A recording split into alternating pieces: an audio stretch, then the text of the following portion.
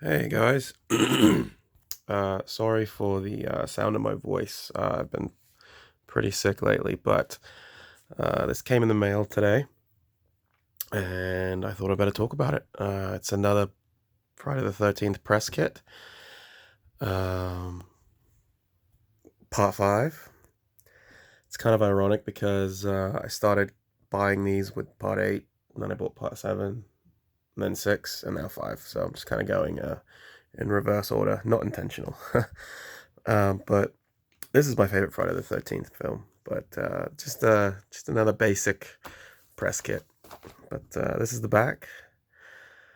Um, Black, red and white writing, pretty basic stuff.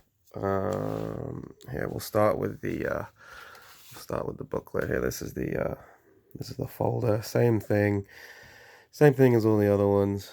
Nothing too crazy. Push that out of the way. Bring this in. This is just just your average press booklet. Nothing too crazy. Um, I'll just go over the pages just in case anyone out there wants to read the Friday the 13th Part 5 press book. It's crazy. Part 5 has so many characters and so many kills and so many people coming in and out of the film that that cast list page is 2 pages. I don't think that was in the part 6, 7, or 8 ones. And it has a pretty detailed kind of synopsis of the film, a lot more detailed than any of the other press kits that I've read or shown on here. So yeah, I'll just skim over it, and if anybody out there wants to read uh, what's on the pages, you guys can pause the video and read. Otherwise, I mean, there's not much to talk about while showing these pages. I really like part 5. I know it's kind of been trendy lately. Uh, well, over the past few years to enjoy part 5. I know part 5 used to be hated by fans, or by like average Friday the 13th viewers. I don't know. I've always liked it. I uh, kind of like the black sheep of movie franchises of movies. Like I really like.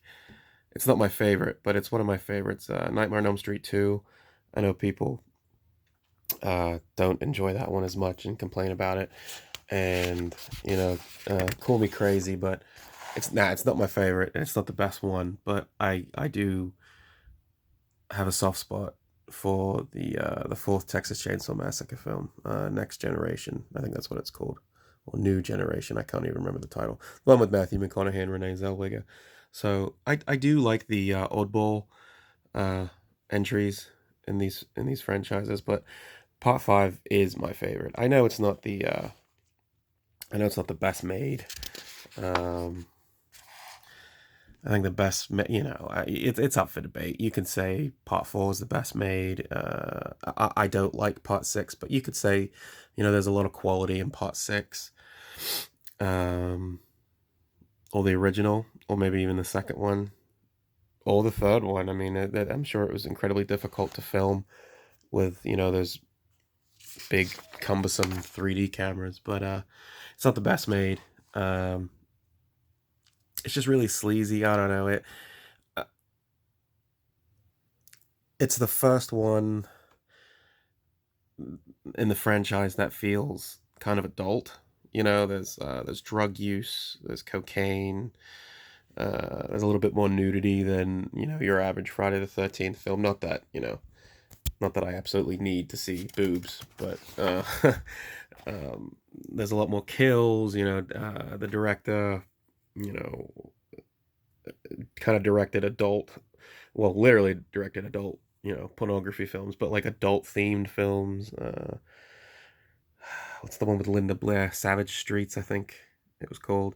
So it doesn't feel as like it's not as teenage friendly as the other ones. Not that that's a bad thing, being teenage friendly or anything. It just feels different. You know, it's a bit more sinister. I think it's a bit more mean spirited. Um, I don't know. I just like part five. The twist, you know, it doesn't bother me. It's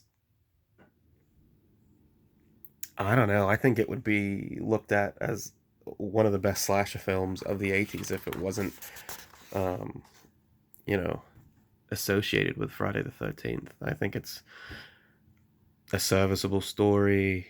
Um, the acting's all right. It's what you can expect from a slasher film.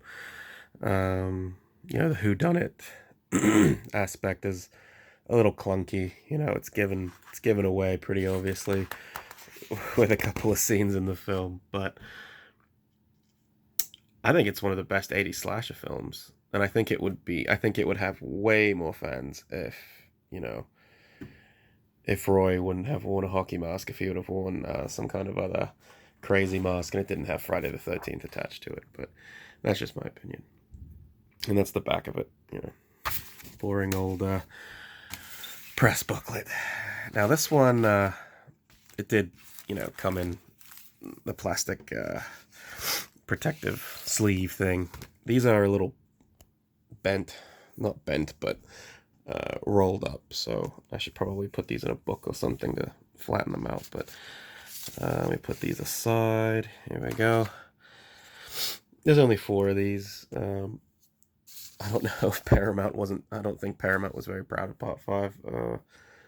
I mean, it did have a pretty long write up in the press booklet. So anyway, yeah, this is towards the end of the film.